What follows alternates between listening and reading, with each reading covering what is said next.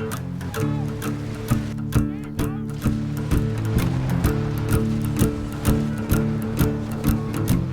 wasn't finished, but we're not done. Well, now there's a war to be won. We never died, not even once. Welcome to the Resurgence.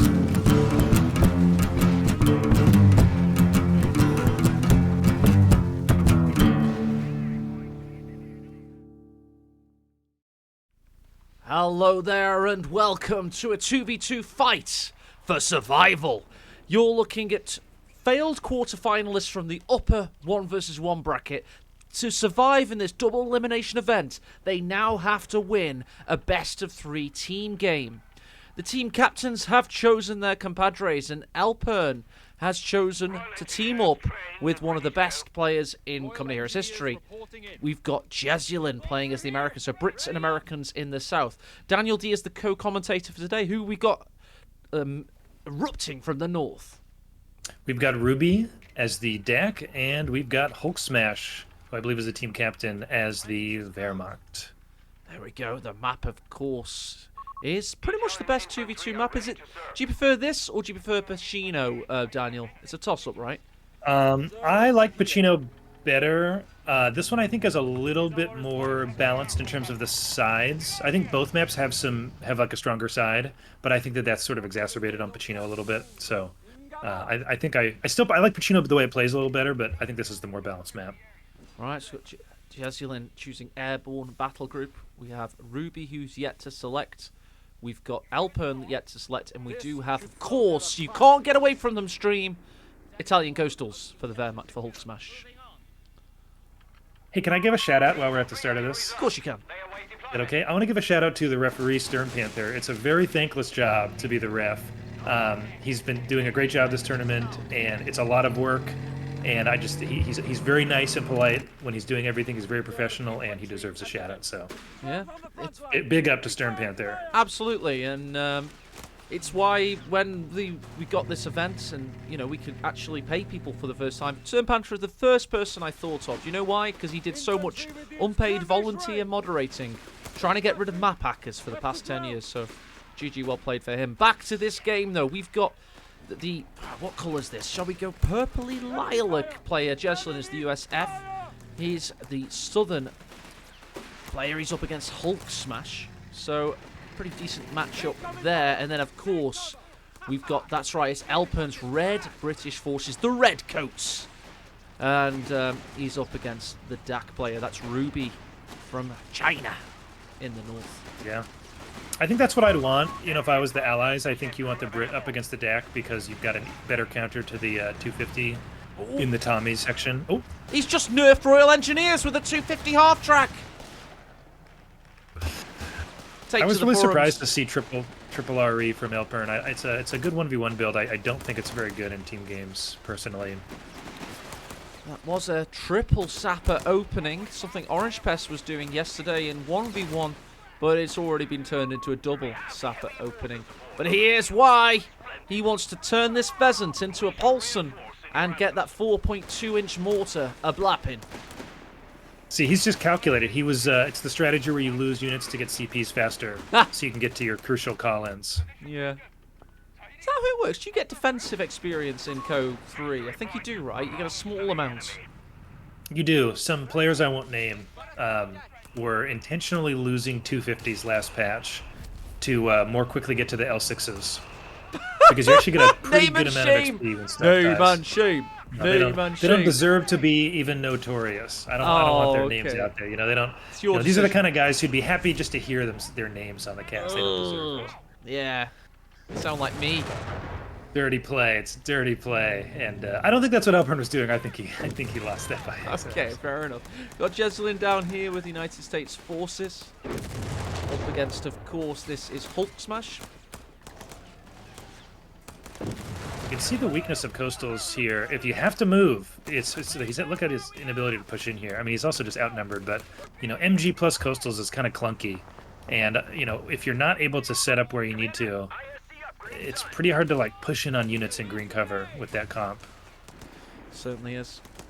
Baralucci says, have they ever done Japanese? Nope, but I really do hope they do. Could you imagine they just released 2 battle groups for the US, the Marines, and then they released the Japanese faction? That'd be something we'd love to see. And everyone always hopes whenever we talk about this, they really lean into the kamikaze meme, and we have like spears with anti-tank grenades on them and all kinds of good stuff. But I don't think Relic would be willing to go there, so I'm not so sure they'd be able to do that. I think that's why they haven't done Japan yet. We might see another Arrigo down here in the top. Oh dear. Depending on 250 pathing. It's going to be close. Depending on these rocks. Rocks to the rescue, I'm telling you. There you go. He got around the apex there and survived just about. But that 250 is laden with Panzerjägers, and he's going to be coming for this Paulson sometime soon. This is not worst case because they've got their fuel, but having neither Muni and not even having their middle +5, like I've been in this position on this map, and you really need the Muni as Axis in order to counter like the light vehicle play effectively, because you kind of need the Shreks for Wehrmacht if you go tier 2, which is what we've seen. So I'm worried about them ever taking this bottom Muni back. Elpern's Paulson is getting to work now. He's got that mortar. As soon as that mortar can fire, it'll do some decent work on these positions, and that is very crucial. Ruby needs to be so careful to evade those shots. Meanwhile, Jesulin does have airborne now. He's just text bazookas. That's going to help him out. Commandant, we have command points available to us.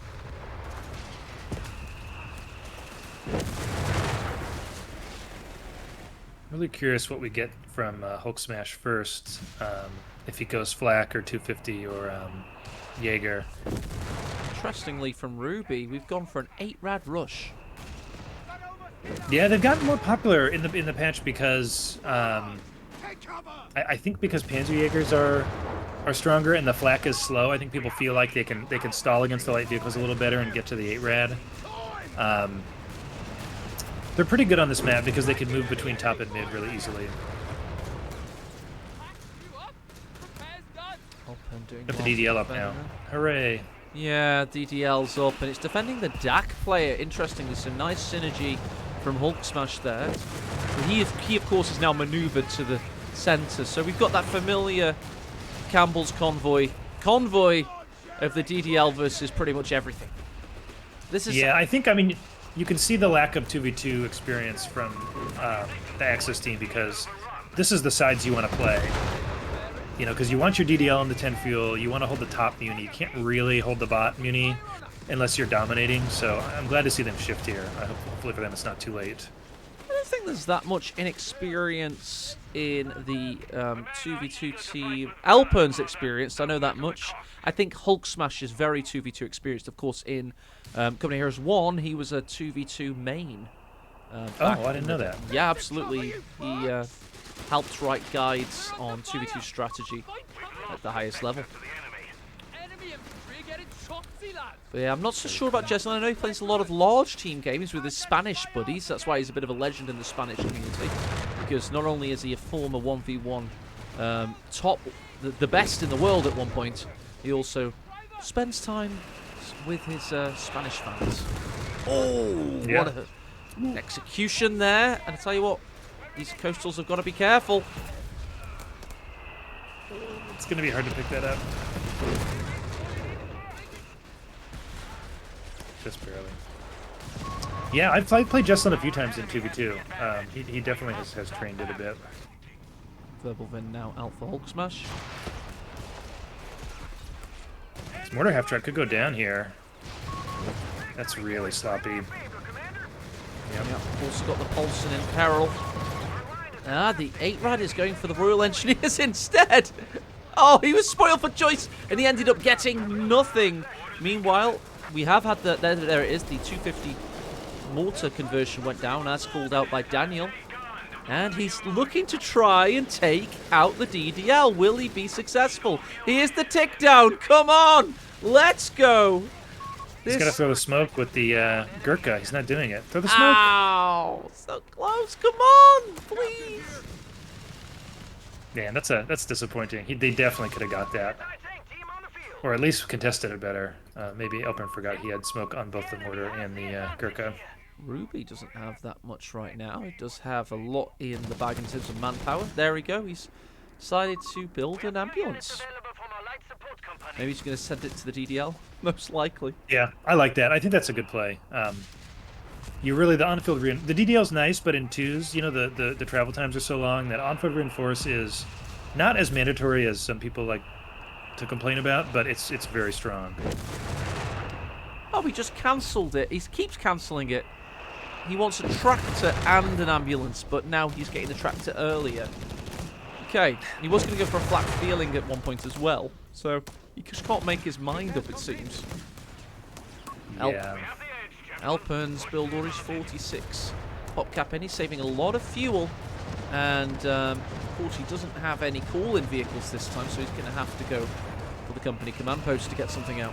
Maybe some Matildas would be a good choice.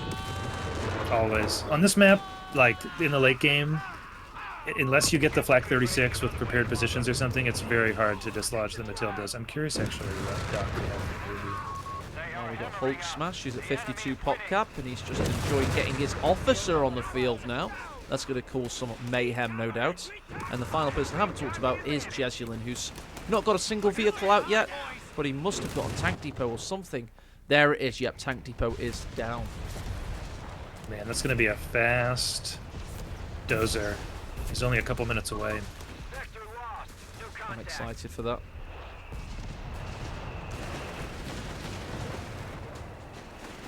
Yeah, we can see how much easier it is for the Axis now that they've decided to play together on the 10 fuel and the DDL. Actually, you know, able to contest bot now because they forced the Allies player to contest mid. Look at this from Hulksmash going south, taking the points there, kind of forsaking the DDL position. That's like an unspoken Neddy no-no of 2v2.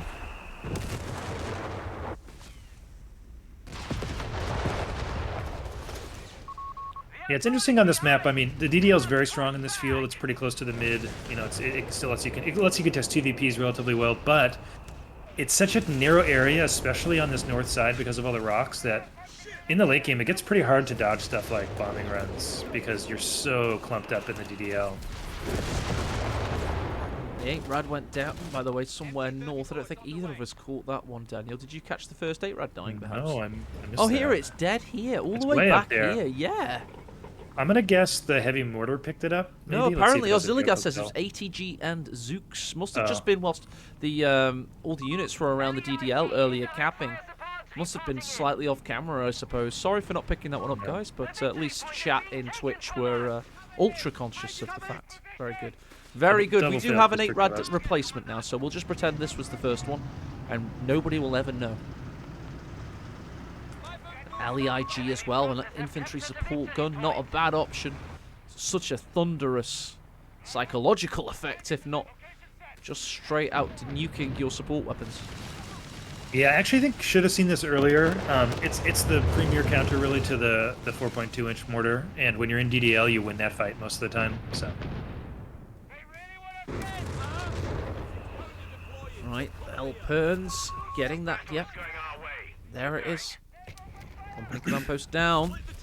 Surely got to be a Matilda from that. He's saving the fuel as we speak. So good to see a Grant though. I mean, I know Grants still aren't as good as Matildas, but come on, they're so cool. you know what? I'm coming around to the Grant. I played some 4v4s with Nath and Nelly and Maxi the other night, and the Grants are messing up infantry, and they really do well against armor now. So I think we may actually see them come into the meta a bit more. We've got a mod. We saw actually. Oh, go ahead. What have we seen, Daniel? Oh, I saw Grant in one of the replays. Orange Fist built one when he was playing Brits. Those airburst shells now starting to come out. That's going to help. This is the American mortar first to get them. But of course, don't forget that Elpern will be able to use the call-in ability. Meanwhile, Ruby has gone for Italian combined arms. He's already got packs of steel, explaining some of these reduced costs and vehicle influx we're seeing from his army. It's so funny. You can see how much pressure the Axis are under. All these vehicles are just on the very edge of the DDL. They're not comfortable, like, fully pushing forward. Everything just taking that heel in. Yeah, that's so true. They're just benefiting from yeah, without wanting to push the map quite yet. They're still building up. It's like they're playing an old school RTS, 20-minute no rush. Oh yeah, NR20, baby. Oof.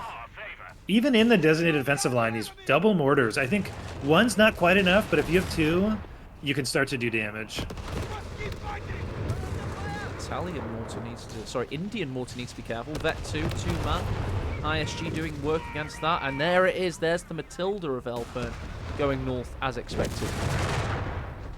Actually, I hate to correct you here, but it's the little brother of the Matilda. Oh, it's a baby Matilda Crusader. Fair enough. Okay. Which I'm really surprised about. This map's pretty campy. It's very much about slugging it out over the middle, and the Crusader is not good at that. So I guess if he wants to contest top, and drive back and forth a little bit, you can make an argument for it. But I think we should have seen the Matilda. Yeah, same. I mean, it will contest top. It will help pressure. You have to use it in that way from now on. Unless you're going to go for some crazy Crusader spam all in, which can work. But it has to be so well orchestrated, so well organised. You have to have all your call-ins ready as well.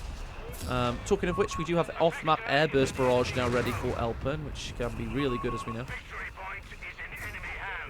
Yeah, I'm really curious to see. He didn't go all the way down the tree on the left side. Yeah, he only got to the Gurkha. So I wonder if he'll go pillage or if he'll go volunteer infantry. I wonder if he knows about pillage being broken. Does it give more than it should? No doubt.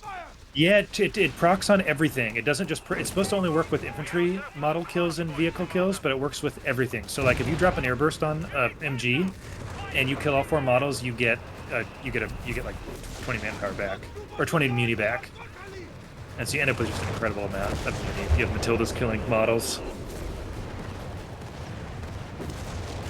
Gurkha's pushed up to the victory point. It's a rare occasion where the Axis were able to take that central victory point. They're down to 243 at the moment. Gurkha's 2-cap will nearly lose their lives because of it. There's a flare in the air. And we've got Boys AT bravely pushing forward. Wow. Middle of the DM. It's like capture the flag. They're just trying to get the flag. In this case, the flag being the recon tractor. Bulldozer with AT gun support. That's Jesulin's army with a Hellcat now arriving as well. That could help out very shortly. Might not need to. Howitzer nearly takes out the Verbelvin. You know what I'd like to see what we could have Elpern do with the Crusader is actually push from the road. Like the cutoff that leads into the Axis base. You know, when everything's concentrated facing towards the middle, it's pretty hard to deal with flanks from that side.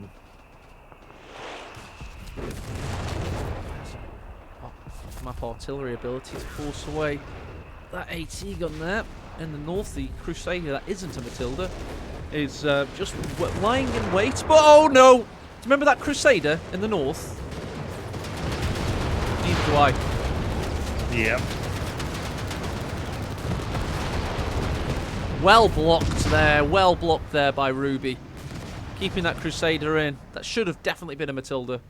And will never have a chance to be anything anymore, sadly.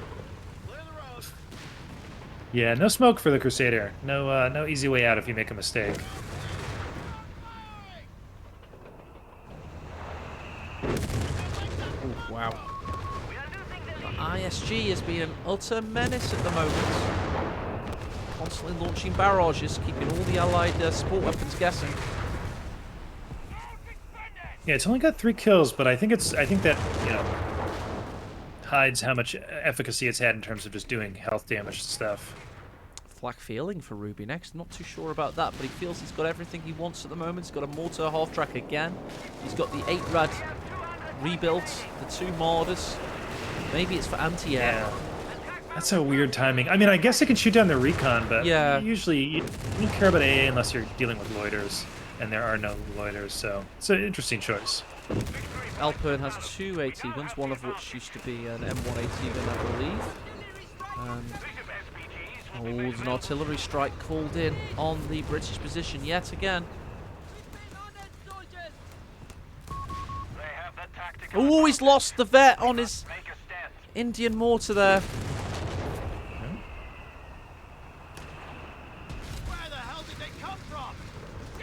Which artillery strike was that, Daniel? Should have been the probably the recon tractor. Oh, bloody hell. Of course it was, yeah. Still basically black magic to the recontractor. I had Yeah, it it's banned got the from vet now, so Yeah. it's got bigger range, I think. It'd certainly be a nuisance right now. I had it banned from tournaments for the first 6 months of the game because it was it had instant smoke on infinite recharge in the game. But Oh. nobody knew that. Nobody was using it. But it was the most blatantly broken unit of all time, but nobody even tried it. It was quite funny actually. That doesn't surprise. Smoke is still underused. You have players like Stefan who are really good at using smoke. Dumais is pretty good at it too, but it's still like an underused mechanic, I think. So it doesn't surprise me that people didn't spot it. We've got some pushing on the road now here from Jesulin. That's what I was talking about. He's got the bulldozer, he's got the plane crashing on his own units there. Thankfully it's no OG CoH3 damage.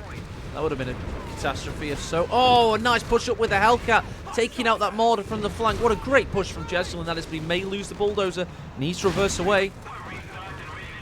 Oh, just survived a max range shot there. Hey, can we get a quick time check? I think I'm a little out of sync with you here. Yeah, I'm 21:03, 04, 05, 06, 07, 08, 09, 20. Got it, thank you. 10. Perfect. I don't know how that happened. I might have had a stutter or something, or maybe you did. My I don't know. computer's better than yours, so it's going faster. Gotta be. It's gotta be. I'm joking. But, yeah. Hype-powered machine. Yeah. Time's relative anyway. My computer doesn't quite have the same reception as yours. Regardless, let's have a look at what's happening with these armies now. Hulksmash is going to Mortar City. It's going to spam mortars as their AT. What do you think about that? Is that meta? It is against Matildas, but there aren't any Matildas, so it's really not necessary. These I think they'd be a lot better off with some AT guns at this point because they don't die to the AT. We haven't talked about the 17 Pounder yet, have we? We have not. Which went down with its truck, but it's getting recruited now. No. Well, that 17 pounds having a great life. Just being constantly countered by the recon tractor and the ISG, is that right? Yeah, I don't usually build them, and this is why. Like, there's so much indirect by the time it comes out that, like, yeah, you can keep recruiting it, but it ends up kind of being a manpower bleed. Like, I guess if you want to counter a Tiger, it's your only option is Brits, but otherwise, it's a manpower sink. Seems like the Axis just have better 2v2 tactics at the moment. Jesulin's playing a decent game. Not too sure about Elpern, though. I've got his army on view at the moment. 62 pop cap for him. We've got 66 for Hulksmash, 87 for Jesulin, and 67 for Ruby. So Jesulin clearly leading the way with army size at the moment. Yeah. Yeah, Elpern's, I mean, the Crusader went down, and he's lost a couple REs, and he's actually back-tech now to the Bishop, which also has cost him... You know, he tech to the 17-pounder and then tech to the Bishop. It says a lot of resources gone into side tech, and I think that's part of why his army looks small. Well, he possibly knows that he is now Jesulin's support player, and it is very valid. Scotch and Nagano, the best 2v2 team of all time, did used to play that way. You had Nagano was the armor dude, and Scotch was the indirect fire, so it's still a very valid theory as you have your indirect fire support guy, basically. It's much easier to play that way. If you both try to have everything, you can definitely play, you can deal with problems better on your own, and you can play the whole map better, but it's harder to micro if you have to do everything. Whereas if you're just combined to a couple type of units, it's much easier to get your control groups and just easier.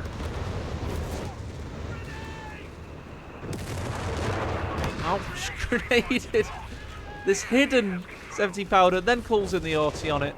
It's really not having a very good time.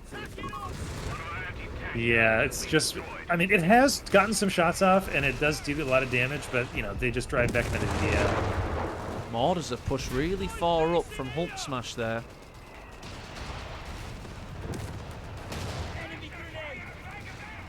Yeah, they're getting back on the map here really well, better than I thought they would. I think the tech mistakes from Elpern have really let them get back into this. In team games, much more than ones. Yep.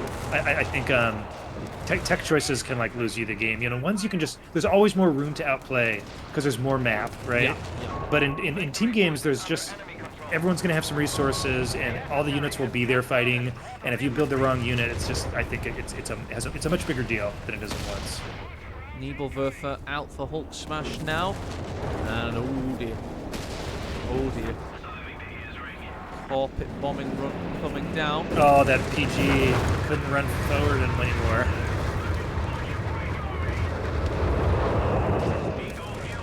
Yeah, it could have been a bit better there.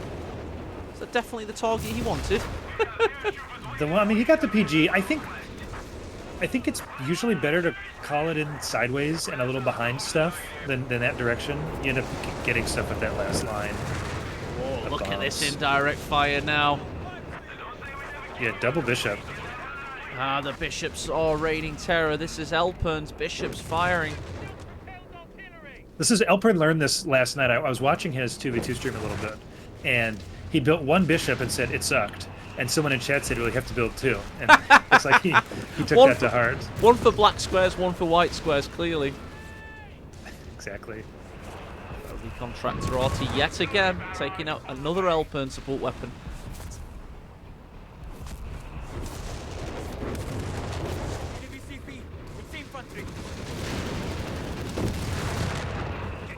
.96 pop cap for Jesulin, clearly dominating this game so far.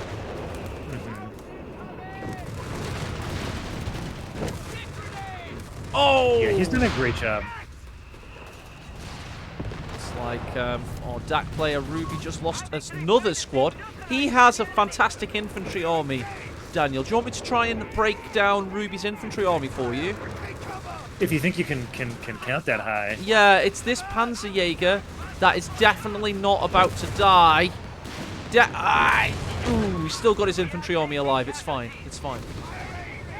So this is high level DAC plays that, you know, they're a vehicle aligned faction. You have these great vehicle upgrades, and you want to eventually transition to a pure steel army as DAC, and that's what we're seeing from Ruby. People, please somebody clip Daniel D saying this is high level DAC players. The reconnaissance tractor suicides itself. You've got to clip that, please. That's so funny. This is high level DAC play. Infantry is just there to get you to the point where you can spam P3s. Right, it's... Oh, here's this is the kind we've of got a bomber big boy! Here we go. I don't know if I can still hype these, can I? Good dodge. Yeah, it was a good dodge.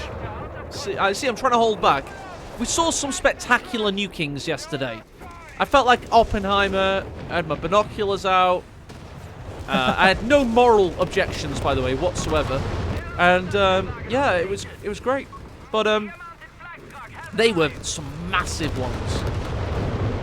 Yeah, the bigger team games, it's, you know, the more stuff gets collected in one spot, the juicier the bombs become. The juicier the bombs become. Oh dear. Look at this is Jesulin's almighty 90 pop cap army. He's getting closer and closer to the DDL. Yeah, did he lose a unit? I don't think he did. Unless he had 3 rifles. I think he's managed to keep everything alive the whole game. Wow. And it's always nice to see. That's that top player ever at one point in time. Yeah. Skill. He's in contention to like be top 5 all-time players. I would say he's definitely top 10 of all time, all 3 games in the series. But yeah, he's at one point was the best player in the world, bar none. He actually made me losing quit. another squad here. Really? Gurkha, Oh, yeah. Yeah. That was there, by the way. He made you quit? Yeah, Jesulin. Oh, game freezing, he says. But that's what I say too when I lose units. No, I'm sure it is. There's been freezes with this patch. So team games all getting hurt by them. Yeah, nice big blap there from the Bishops, taking out a mortar and airburst barrage, which can be pretty lethal to vehicles. Meanwhile, this is Hulksmash's coastal army pushing up, trying to get a measure of vengeance because the Axis players are falling down in material at the moment. I like seeing this, that they're going in. Like, it's always lame when people just let the VPs tick and keep... You should have nothing left, right? You should be out of units. Yeah. And when the VPs go to 0. And I like that we're seeing that from these guys. I love this tractor play. Get in there, little tractor. Make them suffer. Make them pay. Drive into the Hellcats! Okay, didn't work out, but I like the courage shown. Yeah, it's good energy. Good energy. Wow, Vet 3, by the way, on the LEIG in the end here. So that's cool to see. Nice. Allies win yet another team game. And there it is. Finally, the Crusader 3 large version is out on the field. 30 minutes in.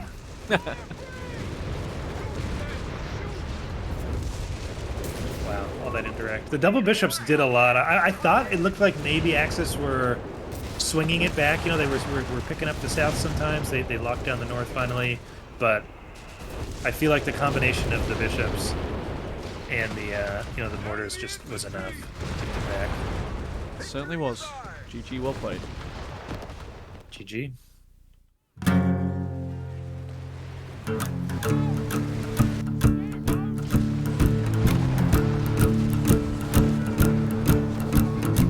It wasn't finished, but we're not done. Well, now there's a war to be won. We never died, not even once. Welcome to the Resurgence.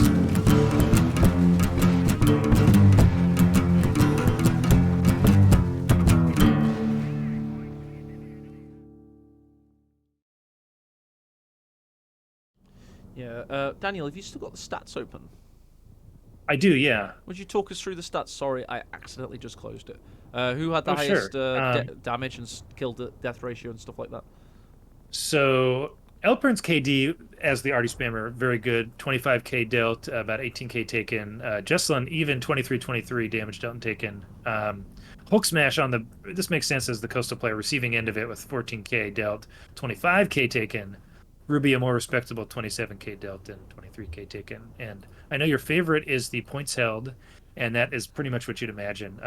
Jesulin actually doing all the capping for their team. But they were pretty much dominant the whole game in map control over the allies. And army value too, you can see Elpern's was higher for a lot of the mid game, but Jesulin's just spikes and stays above everybody else's. You can just see his unit preservation was really good. Let's see if we've got anybody casting the semi-final from the other bracket. Yes, we do. We actually do. We have Imperial Dane. I don't know what's going on with his overlay. Seems a bit crazy. But anyway, we do have him casting right now. Let's just bring that up on screen here. Hang on. I've got one that's just monitor only. Called Monitor Danger. There we go. Monitor Danger. So, yeah, there's Fergie, Havoc. They're 0-0 in their best of 3. Spoiler alert, the winner goes to face Orange Pest, who's asking who won. Well, we don't know yet. It's being cast. So, there we go.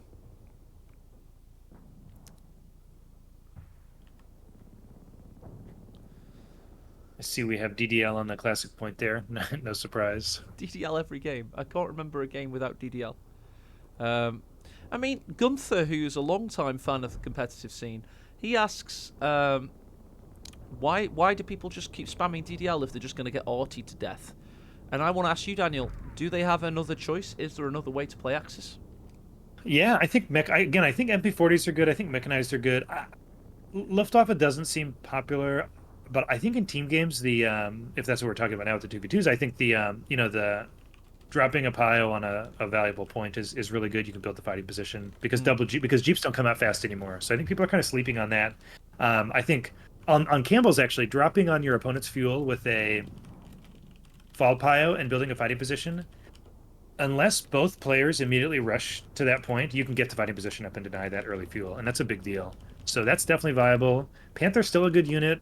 8 rads for wear still good. Skill smoke still good.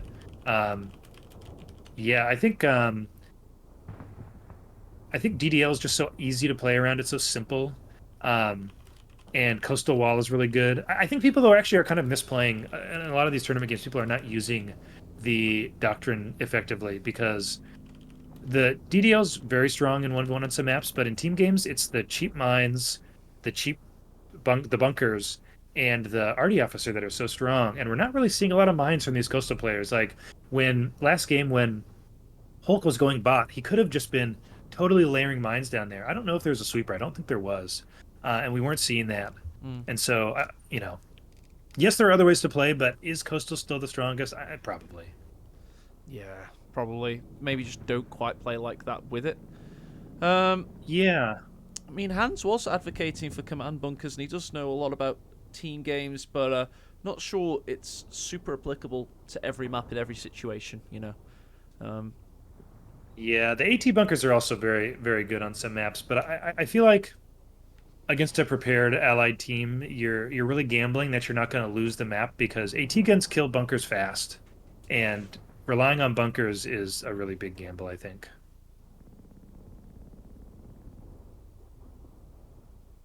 We've lost AE here. Maybe I can finish my other point about people playing Coastal properly. Oh, I was going to say that we're not seeing the DAC player like in the last game go prepared positions with Italian infantry, which gives 33%, I think, received accuracy nerf on team weapons. And when you stack that with the DDL, you get to like 58% reduced damage on team weapons. And so you can like put a flak in the middle of the map in the DDL and it won't die to a bombing run. But we didn't see that last game. So I think if we had seen like team weapon spam in the DDL, I think they would have been stronger. I completely agree. Very good. I know you've got my screen up. Right, let's get to 5 seconds. Let's get this second replay underway. Attention! Pathfinders are now available to scout the front line. Well, there you go. You know what one battle group is, guys.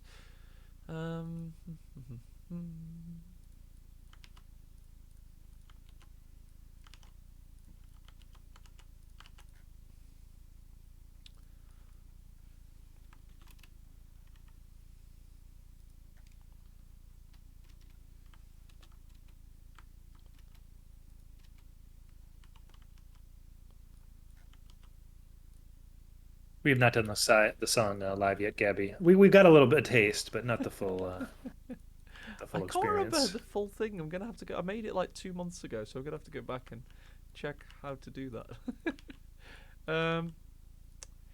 Right then, we are ready for game 2. So without further ado, and no song, I'm ever so sorry. Let's. I need to change everything over. Hang on 1 second.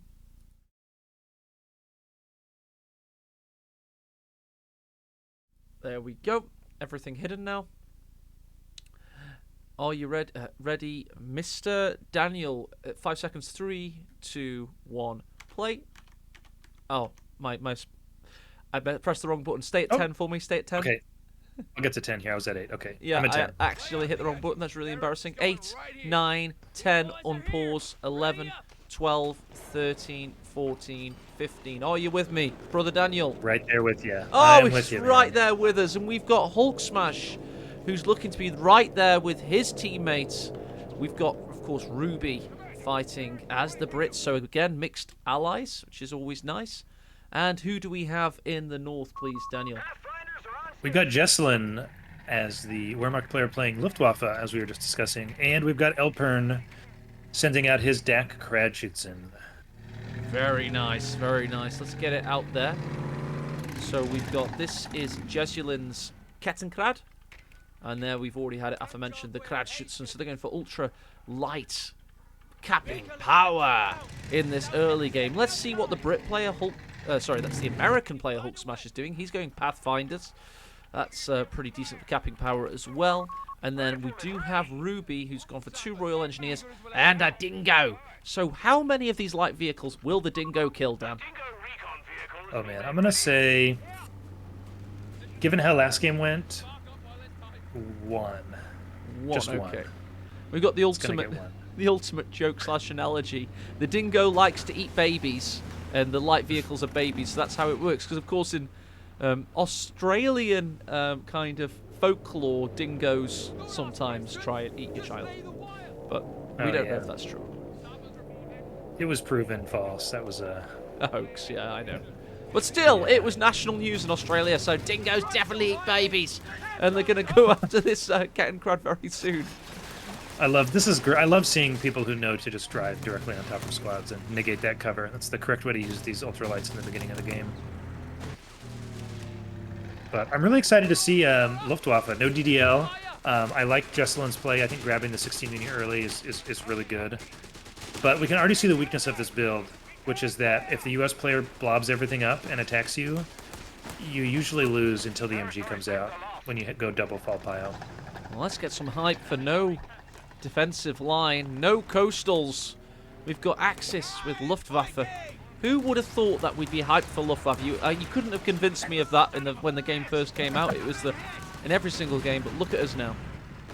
It's true. It's great. I'm excited to see it. I hope we see some Fallschirmjäger. I don't know that we will, but it would be cool. Oh, might get the first vehicle or no? Dingo's struggling to path.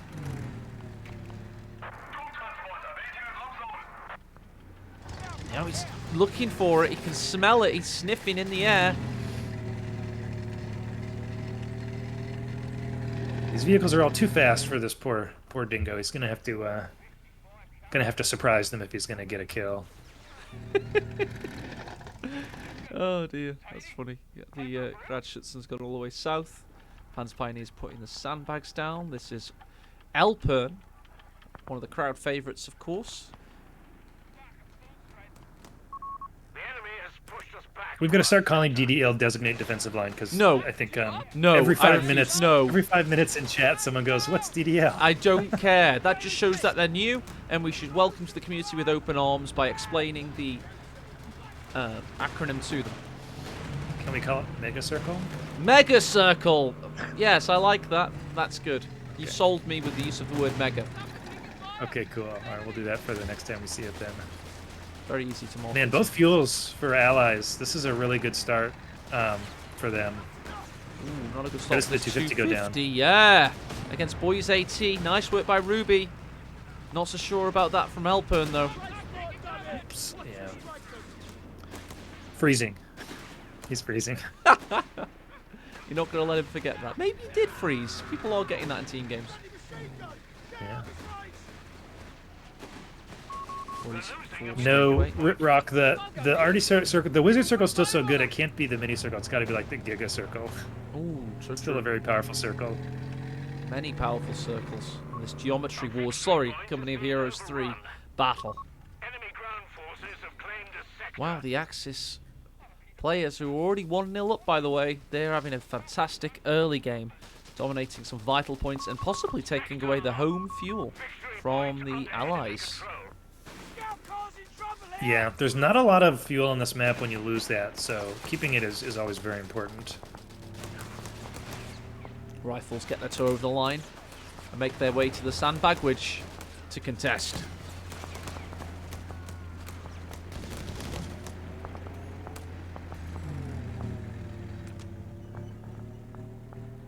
Oh, we got a correction on the Dingo lore, by the way. I'd forgotten about this. The Dingo story was true. She was later, What? like, let out of prison. She was in prison. They thought it was a lie. Everyone said the Dingo didn't eat your baby, and they thought that the parents had killed it. But apparently, it's true. It was true. They found out later. I guess they found like the bones in a cave or something. Yeah, Or like a that was scrap it. of the- I remember. Yep. That was a Anyway, slow so day at what- work when I was reading that Wikipedia Yeah. article. So Well, I feel instead like we of should correct it. no, well we She'd don't want already to be been lambasted once. yeah. Well, we don't want to imagine dead children. That's not what we're here to do. So, Daniel, please, no more talk about that now. Can't believe you brought it up in the first place.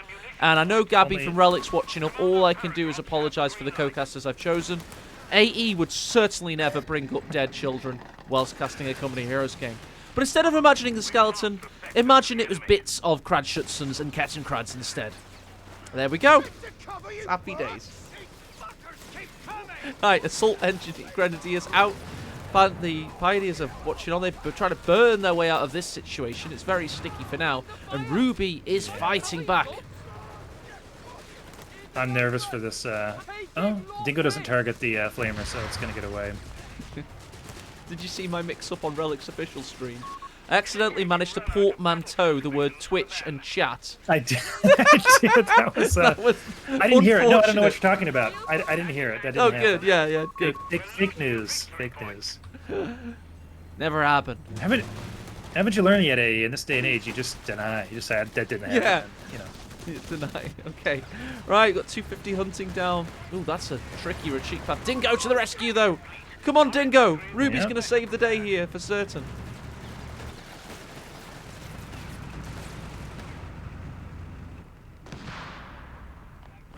Elpern capping with like a 40 HP Crad facing the wrong way. We could actually see the Dingo pick up its first kill here. Nice. Let's go. Dingo hype. Mine completed. Gun pushing up to help out from Mr. Ruby. In the north, we've got the battle between Jesulin and Hulksmash. Okay, I think this is actually a Mega Brain play from Elpern here. He baited. That was a bait with the Crad because he's planted a mine directly in the path of where the Dingo would come. So Yeah, I'm pretty sure I they think he was saw actually that mine, hoping. though, surely. yeah, the Dingo's got pretty big sight range. 250's going in. Gone straight past the AT gun, but look at that from the boys' AT. Taking it out. 4 Jaegers survive. Enemy movement near victory point. Maybe they disembarked in time there. 8 Rad coming to support. I think is Elpern just going to continue to right-click into this position here? He's not going to be right-clicking Panzer Jaegers for much longer. Oh, what an amazing smoke there from the Assault Grenadiers, but it doesn't save their life. Royal Engineers sniped them. Yeah, good attempt to recover that messed up play, but it's REs, man. Wasn't good enough. Yeah, those Royal Engineers. If Relic are watching this, if you could just reduce them to a one-man squad, that would be great. I'm speaking to a high-level player. This is Daniel D. He's top 5 at least. And he has ordained that change. So if you could go ahead and do that, that would be great. Please, I don't want to get DDoSed by the Reddit crowds. Don't do it to me. Okay, he did hit that mine, so I don't know if he just didn't see it or forgot, but that Ruby did lose a couple of models there. Right. Ruby 6-pounders lining up a shot on this. 8 Rad. One more, and it'll be done. Gets out of range. Meanwhile, in the center, Captain being forced off. An upgrade for the Panzer Pioneers. Sorry, the Falchion Pioneers, of course. Yeah, the MG. I'm so. You almost never see this. It's No. always the noob tube, the grenade launcher, when people upgrade weapons on these guys. People still spam them because that's so fun when you do that. It's one of those things that like it's super cheesy and it doesn't always scale very well because like you've got this 4-man squad that's expensive. But if someone's not looking and you've got 4 of them, you can just wipe stuff. So it's like the equivalent of spamming 8 Rads, where it's like there's a lot of good counters to it, but you can catch people off guard and just kill things. Yeah, yeah. Nice early game. And look at the Mandos sneaking up. Watch this nade. Oh, they just ran out of camo, but those Sten guns are going to rip up the Assault Grenadiers for certain. You're right, though. You always want to start with the grenade from camo to get those wipes. They smoke themselves out, go into hold fire mode. Still visible, though, I think. I wonder No, what the plan is here. Oh, they're visible on my... Oh, weird. Must be a bug. Yeah, no, they were revealed, but they were still in smoke, so nobody could fire on them, I guess. Something like that. Finally got the Werble out from Jesulin. A little late. I guess maybe their fuel was denied for long enough. Because it's coming out right when like we're gonna see a tank pretty soon. I mean, we've got the Hellcat able to build. He's probably gonna wait for the dozer, but that's gonna be a very quick dozer and not a lot to contest it. Elpern, by the way, pulling out the reconnaissance tractor earlier than his the DAC player for Team Hulksmash earlier on. Yeah, it's actually a really good counter to the commandos because it can see them approaching, and so it gets much harder to get those sneak attacks off. Dingo Vet 2. Should have got the arty ability as well now.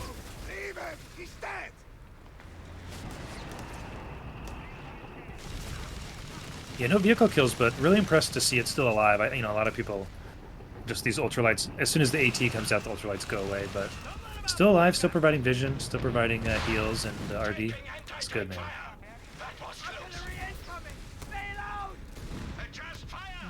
Captain uses his artillery ability, forcing the Jaegers out of position. Verbal also forced away, and in the center we've got a fight continuously. this central victory point. It's nice to see.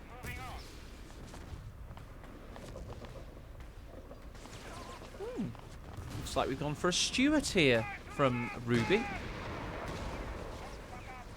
Yeah, I guess against the 8 red it makes sense. You don't want to rely on just AT guns, and he's probably pretty far from being able to get another, vehicle that can deal with that. You can always withdraw and refit any light vehicles for Brits, so, it's not the end of the world even if it isn't a great decision. Yeah, it's not that big of an investment. 130, whatever it is, it's like less than 200 manpower and 30 fuel for a unit, that you can then get rid of later, basically, if you look at it that way. It's a good deal. Right, in terms of victory points at the moment, the allied team, Hulksmash's team, has the lead for now. But what do we get from all the attacking? I mean, look at this from Hulksmash. There's the bulldozer Sherman, and he's a big boy. Yeah, this is going to dominate mid, I think. The pack by itself, one pack's not going to do much to scare it, so I feel like this means allies have mid VP until we see a little more AT. Elpern has literally very little AT indeed. He has the Panzer Jaegers, of course, but, that's not going to thwart bulldozer Sherman. Meanwhile, his teammates has the 1 pack and 1 Jaeger. So, yeah, it seems like the bulldozer Sherman's going to have free reign. Yeah. That said, we see both side munis and VPs in Axis hands, which is not usually how you see this map play out. It's kind of interesting. Usually it's Axis in the middle and allies on the flanks, but yeah, the muni domination matters a lot because you get the Luftwaffe strafe that's going to come in, and team games are a lot about those off maps. So whoever's got control of the muni is going to have the off map dominance. Nebelwerfer next for Jesulin.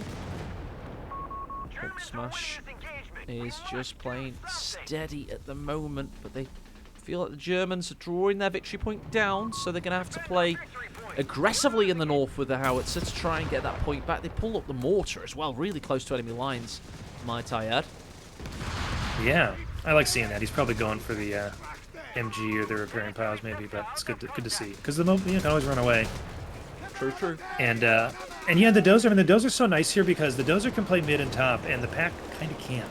So, which means it's just the Shrek to contest the dozer, and I think that's why we're seeing top go to the allies. We're also getting an AT gun drops in the north for the allies, so a complete different way to play this map now. Usually the Axis that have that point, but it seems that we're having a much more spread play. Elpern and Jesulin basically playing 2 1v1s at the moment. Yeah, which I don't think is ideal for Axis. I think you really want to play together. I think you get a lot more force multiplication with the Axis forces. That said, I mean, Elpern's done a good job holding bots, so it's working.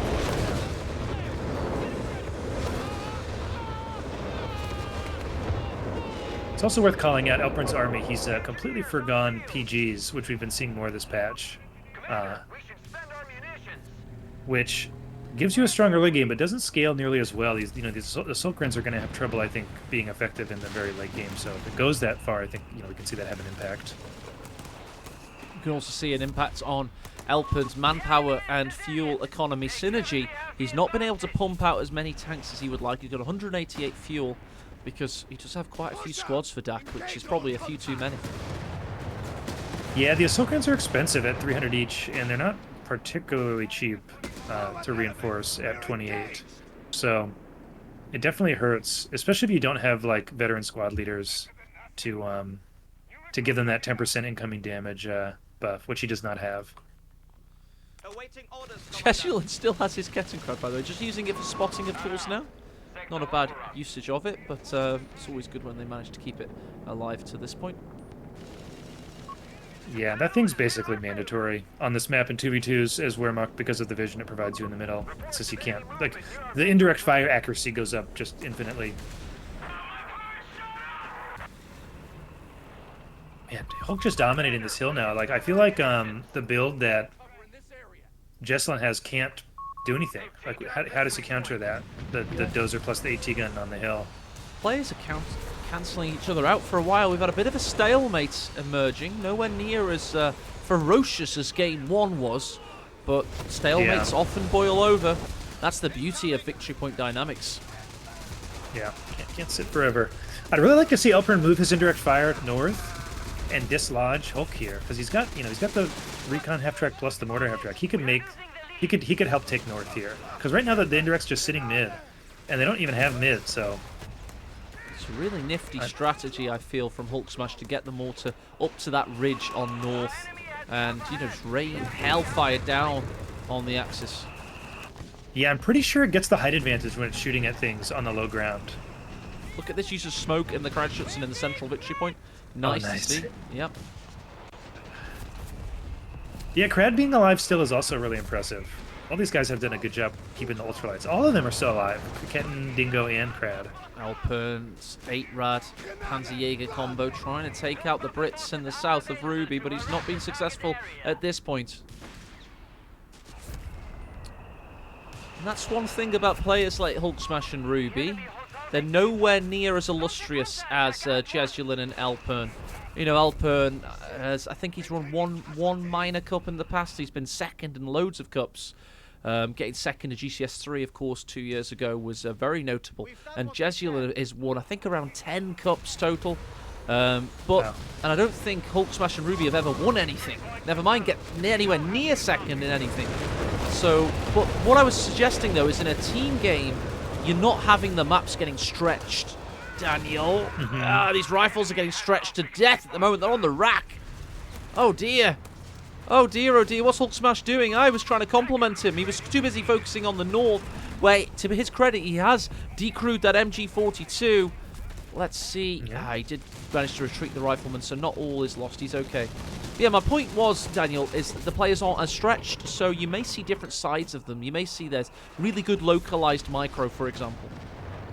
Yeah, I mean, there's a lot of guys who I have played in 1v1 and stomped, and then played in 2v2 and been really impressed with their play, because it's like once you remove that need to do the map play as much, you're exactly right. You can see people micro much better. Some people just aren't able to do both. They can't look at the whole map, micro everywhere, but they have good understanding of the mechanics of the game, and they make good choices when the decision-making tree is collapsed a little bit. Yeah. That's the problem for company heroes. It's not just linear thinking, it's lateral thinking at the same time, multitasking. It's everything. It stretches your brain capacity to the point where you're exhausted. This Matilda is certainly not exhausted. He's having a great time, just bouncing shots in the center, doing a lot of good work. Looks to me the Axis are trying to push now, because they have lost a lot of victory points recently thanks to the superior strategic play, I would say, of the Allies. I mean, you can just look on the attack map, and the Allies are overlapped. And Elpern is just totally separate from Jesulin, who's like just collapsed into this one corner. I think we really need to see the DAC player support the Wehrmacht player, or vice versa. But playing separate like this, you can just see now, the Allies pushing together against the DAC force in the south that's by itself. You know what needs to happen? This is like, there's no room for debate. I know this is true. They need to double team Hulksmash off that ridge and take out his weaponry. If you see how close it is, like far up the map it is, if they double teamed it with everything they had, 8-Rad, everything, they've got a Panzer 3, sorry, as well. If they double teamed it right now, they could clear him out. But they're just not doing it. Yeah, with the recon tractor and the mortar half track, you could drop smoke on the AT gun and the rifles, and you could just right click in and win, win probably. Yeah, it's kind of so obvious in a caster's perspective, though. In the heat of the battle, I could, you're up against it, you might not see the opportunity, and there is that big rock formation in the way. It is kind of easier said than done, but I'm pretty sure you're right. You could get in there, and here we go. Talking of getting in there, the Allies are looking to finish this off. They've got artillery coming down as well. That's the SWAT. No, that's the. What is that there? What have we got? That's the carpet bombing run. Oh, it's the carpet bombing run! Jesus Christ! Oh my! This isn't an industrial target. I thought it was. I don't know that I've ever seen so much stuff die. His army's gone. He has nothing now. Wow. Jesulin has nothing now. He has a Neover for a Pioneer and a Verbal-Vin now. Oh my. That was a big one. I thought that was the Stuka Loiter at first, but then the bombs fell. Yeah. Looks like both Loiters now coming in, too. Trying to clean up, though, but they're still GGing. Yeah. Justin lost too much. He lost MG42, Pack, 2 Panzer or 2 Fall Pios, and what else was up there? At least 4 units, maybe 5. Now, Wow. I'm not suggesting carpet bombing is OP, so I won't. But I'll say this: it's very strong. I have played games where it has won me or lost me the game. I have played lots of games where it has been dodged every time. yeah, yeah. And so I'm not sure. That's not to say that again. I think what needs to be nerfed is maybe the supply drop. The bombing run is kind of necessary to deal with camping. It's just that it comes too often because it's totally dodgeable if you position your troops correctly ahead of time. And if you know you're playing against airborne, you should really never be in a position where a bombing run is going to end your game. But Jesulin was just had gotten pushed into this corner, and instead of like spreading out further back, he just had everything all in one place, and we saw the result. Well, the best way to kind of not nerf it too much, but like nerf it a little bit, is just tweak slightly how long it takes the planes to bomb. Like, make it so it takes a little bit longer. Because I feel a good player on a good day cannot evade it right now. They still get caught by it in a pretty big way. Oh, interesting. I would disagree. I think that I've seen it dodged a lot. Really? Fair enough. In team games, yeah. It's harder in 4v4, and on some maps, like that map where Jesulin was, you can't dodge it. That's true. But that's again a failing of the way they were playing. Like if Elpern shifts north and they have room to play like in the north VP and in mid, you're so spread out that the bombing run can't hit everything like that. It's just a consequence of how the rest of the map had played out, I would argue. I bow to your experience there. We've got Elpern on a break right now. He's very soon to be going back to the playing arena. And we are expecting the third replay in my inbox. There it is. There we go. Yeah, I mean, maybe you're right. I would like to think. I'm not saying Jesulin's not a good player. I want to be clear. I'm saying a good player can dodge it. Not that good players won't also eat them. You can get in a position where they can hit you. But you can also position in such a way that it can be avoided. Elpern in chat suggesting I called Jesulin not a good player. Jesulin's obviously a very good player. No, in fact, Elpern, I'm blaming you for the bombing run indirectly because it's your fault that Jesulin was in the corner he was in. You should have called it out. You should have said, hey, buddy. What? There's several planes coming to delete your army. Huh? Several planes are coming to delete your army. Oh, okay. That's what should have happened if they had team comms. And I'm not a team game expert, but that's what I would have done in an ideal world.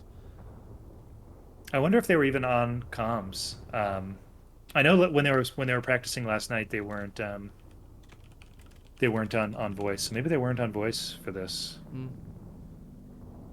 Which would surprise me. To me, it's such a huge advantage to be able to just call stuff out without having to type or definitely. ping. Definitely. But it's pretty powerful ability. I like powerful abilities, though. By the way, I am a big fan of concrete donkeys, which is a Worms Armageddon phrase. I just think that there are ways to balance them very interestingly. Stuff like that. Like I like giant carpet bombing. It's made the best moments of the weekend so far by far. But yeah, definitely. And if you say people can evade it, they can. Right, yeah. It is very strong. Sorry, go on. Oh, no, I was going to say it is probably too strong, but again, I think that's more a consequence of how often it comes, more than that it exists. We've just had an announcement on the CoH3 official Discord, so that's why our viewers jumped up a little bit there. Thanks for Gabby for organising that. If you've missed it so far today, we've just had 2 of the 2 versus 2 battles in a best of 3 in this innovative new tournament concept where it's a 1v1 tourney, but in order to keep themselves alive, if they lose a round, they have to go down to the lower bracket where they have to compete in team games. And we've currently got a best of 3 ongoing, which is pretty spicy, to say the least. So let's get that third replay over to my co-caster Daniel, and we'll get it on. Right. Ooh, the replay size is rather smashingly large. Oh, I'm excited. Yeah, me too. Both teams have had a chance to sort of feel out the map now and feel each other out, and I think, well, I know now we're in for a good one here. Well, I think the map will change if I know my rules does it? correctly. Yes, it'll change. So they won't be on the same one. Ah, they're going to your favourite 2v2 map, and they're keeping up with mixed factions as well. So, yeah, this last game is the biggest game of the series. I only spoil what I know because I like to remain genuine as I can with the fans. So I know this is going to be a big boy. So go get your provisions. We're going to have a 5-minute break, and then we're going to come and we're going to watch this huge ace game in this best of 3 2v2 contest. So do not go anywhere. We'll be right back. Thank you.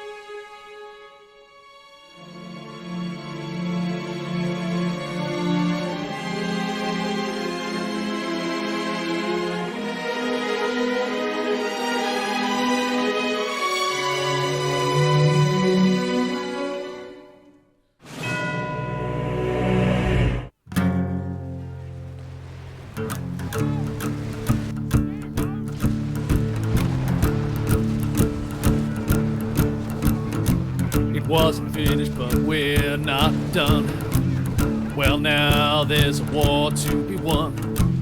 We never died, not even once. Welcome to the Resurgence.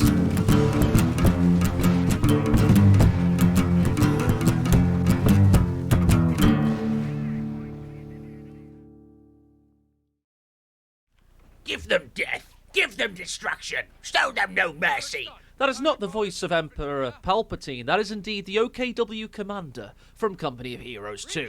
And he would have liked what he's about to see, because we've got a beautiful Italian town that's about to be absolutely decimated by these four warriors. Who've we got in these four warriors? Who are they, Daniel? Well, in the north, we've got Hulksmash as the Wehrmacht and Ruby as the DAC. And in the south, we've got Jesulin playing US, once again, and Elpern, his companion, as Brits. Very good, very good. So we've got mixed factions yet again. It's absolutely lovely. Yeah, no real surprise there. I think we'll see mixed as the dominant choice now and forever, probably. It's good, yeah, it's very good. It means the game's working, in my opinion. That was one of the best bits of 2v2 from CoH3, in my opinion. You know, you always got this mix, and it always felt really cool. But, yeah, it's working well. If that's what the players want to do, and we're not forcing it on them as tournament organisers, that means things are working as intended from a game design perspective. Absolutely, yeah. Got triple sepper again from Elpern, but actually I like it on this map. This is a map where I think there's enough stuff to cap and enough shot blockers that it works. So I think we'll actually see his early game be better just by virtue of the fact that it's on this map. Enough flames to throw as well, of course. A lot of garrisons here, so anything with a flamethrower on it's very useful. Got Jesulin as the Americans. He's gone for the airborne battle group. And we've got Ruby. Yeah, I think he's going to have a good... Sorry, please speak. Oh, I was going to say, I think he's going to have a good time against these Coastals if he can continue to get good fights off before the MG shows up. I think with Pathfinders, it's really hard for the Coastals to stand up to this rifle open. We know that... I mean, everybody's probably thinking it. We haven't seen Allies lose a team game yet this tournament. But we also know that everything's truly on the line right now. And Pacino is one of those special maps where the map makes you play the map. You can't just play your game and the map is like surroundings or an atmosphere. Pacino has to be played a certain way, doesn't it, Daniel? It does, yeah. Playing around the middle is really complicated. It's a very wide map and the fuels are like on opposite ends. So a lot of the time, yeah, like you say, playing the map is how you win. I want to call it Coastal went down on the left. Wow. So already not looking good for Hulksmash. No, and he nearly lost that Pioneer as well, so that's not good over there. We do actually have these territory sectors somehow connected by these steps here, or half of these steps in that tree. So that's certainly helping Jesulin. Yeah, and really good map control still on the right side for Ruby. He's got Elpern just sitting behind the screen cover, getting nothing done. Yeah, DAC player Ruby is having a good fight over here, but it's not really keeping that much of the map. We're going to have the Captain Crad helping out with the capture as well. Yeah, and I mean, you're always, if you're waiting for the post-in, you're always going to have to concede some map control. True. While you're floating that manpower, and I think we'll see Elpern push back out now. Yeah, Elpern's got what he wanted. The pheasant truck, as Imperial Dane reliably informs us it was called in the Second World War. So the pheasant, it shall now be ordained. I like it. Olsen's on its way, no doubt. As soon as he's got the munitions. Yeah, he's got. Maybe he forgot it was 45 muni now and not 60. Oh yeah, he just got 45. Literally just. There you go. So it's getting upgraded. Oh, there it is. Okay. Right. Advantage, Axis. They may have lost a coastal, but they're easily replaceable. Don't tell their mothers that. And yeah, they're pushing back onto the field. Yeah, it's interesting to see the fields look like they're going to swing back and forth quite a bit here. But Axis with control of the center, which is it's one of those things where there's no resources there. except for the 2.5 fuel, so it's easy to ignore it. But with how quick VPs tick, I think it's very important to maintain control of middle, and it lets you move back and forth a lot easier too. Royal Engineers infantry looking to push through the centre, but there is an MG waiting for them. Not going to make things easy. Yeah, but no MG south means I don't see... Oh, he's moving it now. I was going to say, I don't see them holding this fuel without the MG there. He's wisely moving it. Ooh, nice He blob. might catch this entire blob. Yeah, that could be good. Blob was coming in for a nice counterattack from Jesulin, but he is going to be caught out. I think he's too late, though, with this MG. I think yeah, he's going to get right off the field.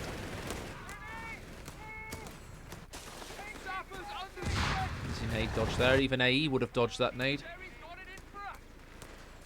I do think the grenade callouts are pretty decent in CoH3, aren't they? If you're listening properly, you can hear them. They work most. Ooh, MG went down by the +5 fuel stolen. We've just had a British squad go down there as well. The Royal Engineer just died. Yeah. So was that Hulksmash's MG, was it? Yeah, that's so big because now he needs indirect. Otherwise, he can't. Like, what? How does he fight now? He's got 2 coastals and a Shrek. Yeah, and that wasn't So, a good trade overall for the Allies in Axis. I mean, losing a Royal Engineer whilst the opponents lose an MG, which then you take. Oh dear. Yeah. And meanwhile, Polston has gotten the 10 fuel. The A-Red will chase it off, but I think, Allies looking very comfortable right now. I should expect them to, but expect the unexpected in this ace game. They often tend to be unpredictable because the players leave it all hanging out there. They don't try and play conservatively. They just go for it. And 8rad's just going for it right now, looking to kill this infantry section. Is this River going to run red? He's got the superior fire drills, so that A-Red's going to do a ton of damage, but he's changing targets to the Polston. I don't know that I agree with that choice. Splitting his attention. He does get the Polston, though, it seems. Okay. I don't know. I think I'd rather kill the Tommy, but he almost got both, so fair play. Yeah. And he did get one, so it wasn't all forsaken. So it seems like the play is equalising somewhat now. I mean, Elpern's army's down to 32 pop cap. We've got Hulksmash at 26. He's lost 2 units total, I believe. We've got Jesulin again, who's pretty much leading the affairs. He's very good at preservation, it seems. Andy has an MG42 now. He's at 46 pop cap. And then we've got Ruby at 34. Ruby has, by the way, chosen armoured support, going right side, superior fire drills. I believe you did call that out, actually, Daniel. Yeah. So something I want to call out, it may come into play later, is if you look at the KDA between Ruby and Elpern, is 26 infantry kills to 2. So Elpern has been able to do, I'm surprised with the 0 damage to Ruby so far, which I think is why the map looks the way it does right now. Yeah. I wonder if there's a way to pull Must just stats. be bad luck with the I wonder if there's a way to pull stats up without pulling up the UI, because I can't show the UI because it will spoil the game length. Right. So I can't pull stats up, unfortunately, unless it's a hotkey. Then I don't want you to have to pause the game for me, Daniel. So, yeah. We'll just have to find out for future casts, sadly. Anyway, back in reality, we've got Jesulin pushing up with smoking out these Jaegers. Verbal Wind now arising, and 8rad support. So I feel Jesulin has to be careful here because we have a rare double team here on Bashino. Yeah, these vehicles can transition easily, and it's a long way back to base for these rifles. And he's got the AT gun behind, so he's probably okay. Really, I'd be more worried about he probably shouldn't reveal that this AT gun is here until he's got more units covering him. OZT Royal Engineer combo pushing through the centre from Elpern. He seems to have forsaken the right now. That's why we've got this pesky Kradschutz gapping all that side. Verbal Wind pushing on the riflemen. A big attack from the Axis. Yeah, really, they're playing great together right now. This is really nice to see. This is sort of like a timing with the 2 8rads in the Wurble. Oh, there you go. Sexainrad. And an insane kill on that rifleman. Will they escape the wrath of the M1AT gun?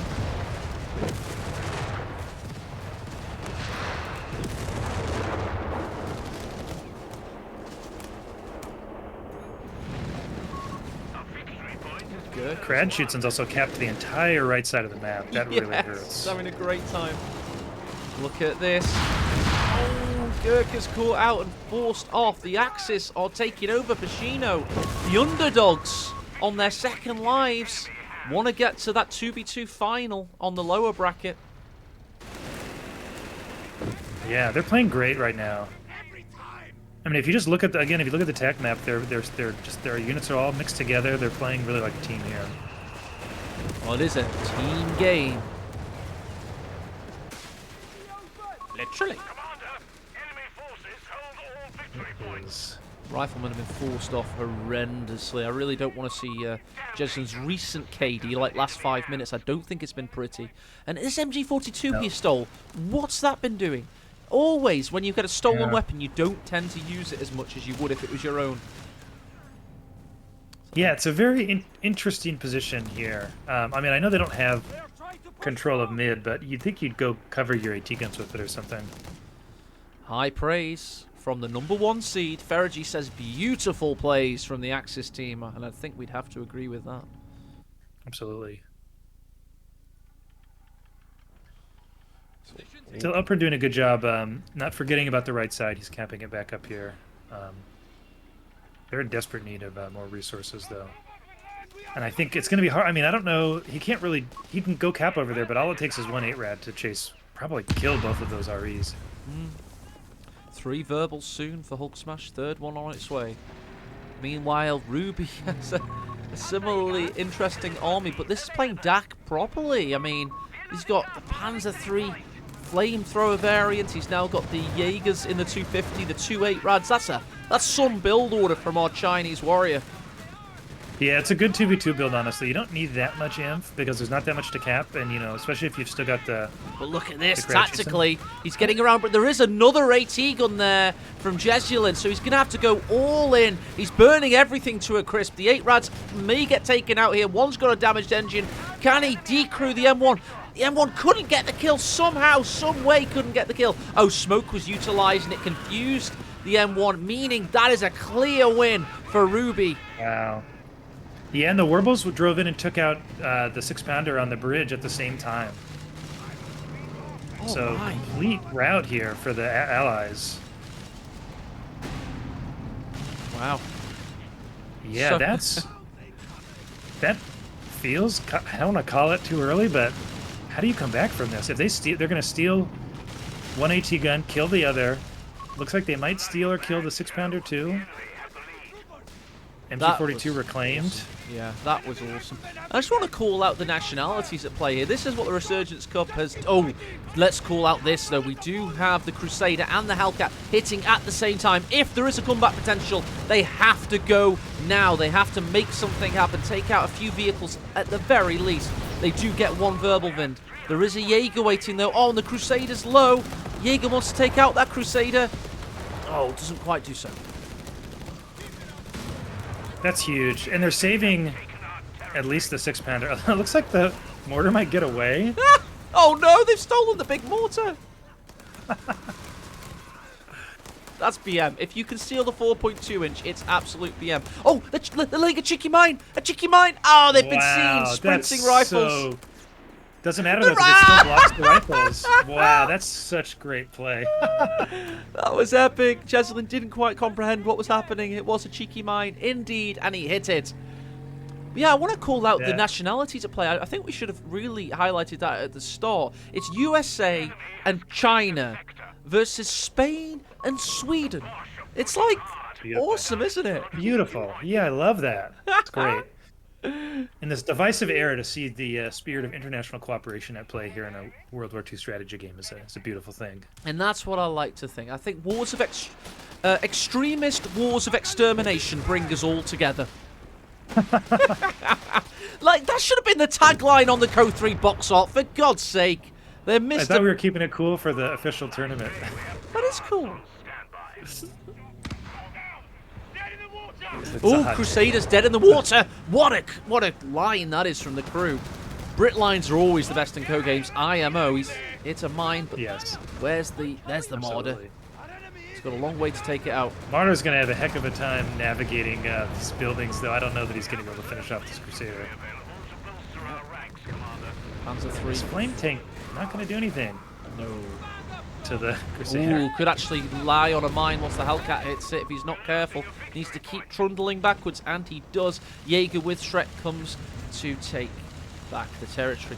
Now, the Axis, in my opinion, really needed to have tried to get a triple cap off as well, because we all know how punishing triple caps can be in CoH3. Yeah, I wanted to call out Elpern did a good job of contesting the right fuel, and Ruby, I think, sort of forgot about right maybe more than he should have. I mean, he kept the VP, but I think he definitely at one point had the strength in numbers to take back that fuel, but he's let Elpern keep it, which is I think is keeping the Allies players in the game here, because it let them get to their tanks. We do have now 2 Hellcats for Jesulin. He's up to 50 pop cap. His teammate Elpern's at 52. We've got the blue player Hulksmash at 59, and his teammate Ruby at 82. So Ruby clearly the army-sized leader right now. Yeah, he's done a great job keeping his vehicles alive. Some of that due just to the skill smoke, it's hard to deal with, but he's also just made good choices about when to push. Speaking of pushing, Elpern's going in at the top here. Might pick up the 8-Rad. Yeah, somehow gets away. Panzerjägers could pick up the Crusader. Oh, what a flank from the flamethrower at Panzer 3, but it can't do anything else, sadly. Can't load armor piercing all of a sudden. Really nice positioning there from Elpern to be out of line of sight, but continue to move backwards, and he just cheated that corner there. Yeah, he did well. He did really well. Hellcats just took out a 250, and nice work from Jesulin to get back this victory point. It's all important. And Elpern capped the one in the north, then planted 2 mines with the Royal Engineers, so good play by Mr. Pern. And now he has one of your favourite tanks on the way. Is that the Matilda? Oh, I'm so confused. It is the Matilda. Yes, it is the Matilda. Very good. I like that choice. It's funny. I mean, this is a map where actually you could continue to go Crusaders, but I think against the comp they're facing, Matilda's just almost always the call. What a nice nade there by the foot guards, but they're now becoming the very, very hot guards. Oh, they need to get away. Oh, there's mines there as well on the retreat path.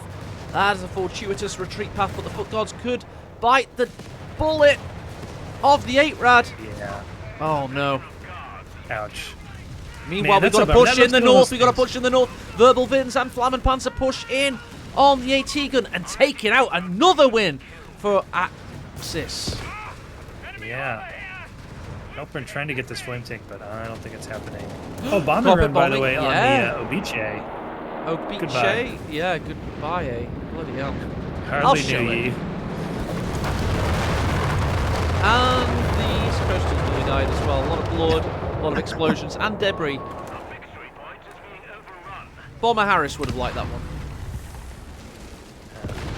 Obiche really kind of a questionable build here. It's very expensive. I'm not sure what he would target. There aren't even any AT guns left for the Allies, so there's like literally no immobile targets. Just sort of gambling that he'd get the squad wipes, I guess. I think if Hulksmash they lose this, they will look back on that Obiche and facepalm. Ooh, that's 2 8-Rad. Nearly got attack grounded, but smoked itself to survive. Jaegers. Oh yeah. It's the one weakness of the Matilda. If that was a Crusader, it could have chased it. The Matilda didn't even bother because it's so slow. Oh, bless. We do have a bulldozer on the way now, so Jesulin doesn't have much infantry left. Or that MG, or much else at all, really. But he does have a decent tank core now, at the very least. Yeah, I mean, he's lucky he's, up against Coastal, it's not as big of a deal, like not having a lot of rifles. If there was more Jaegers, I think he'd be having a harder time contesting, but it's just 2 and only 1 has vet, so. Because you can't punish a lack of rifles. He doesn't have bars yet. He's only got 2 rifles and a Pathfinder, but there's just so little vetted inf on Hulk's side that it's not making as big of an impact as it could. Mines detonate in the center. They have to try and cap that victory point because they're down to 200 now. Their opponent's sitting pretty on 383. Could see a fight here in the north. Looks like the Matilda may get to flank this DAC position. Got a couple of weapons teams too, and the Martyr, so Be very slow to pull back. What call-in's this utilised here? Looks like the MG's in trouble. Oh, it's the airburst barrage. Fair enough, Gurkha's survived. Matilda pushes in, but there is an AT gun waiting, and the Marder could help out there as well, but the Matilda doesn't care. He's still going to keep driving. Oh, Marder gets a shot in on the Crusader. There's any backup coming? Where's the cavalry? The Jaegers are so slow to help out here. Oh. Looks like the Marder and the Crusader both died. Nice shot by the AT gun in the meantime, and the Matilda can't do much else without the Crusader's help. Yeah, it's a good push, though. I mean, he's cleared off the deck player. Hopefully he can get the VP here. Right, Verbals are pushing in really too far there, and the Hellcats smell blood, and the Bulldozer smells blood. Will they be able to catch up with them? Are there any mines? Doesn't look like it. There is an AT bunker back there, though, so actually the Wurbel's not out of position, actually, now that I'm looking at the positioning of that bunker. That's a great spot for it, because it lets him push pretty far with the Wurbels and then just sort of hide. Ooh, Marder's low there. Matilda couldn't quite stay in range. We've got Recon that's going to be helping out as well.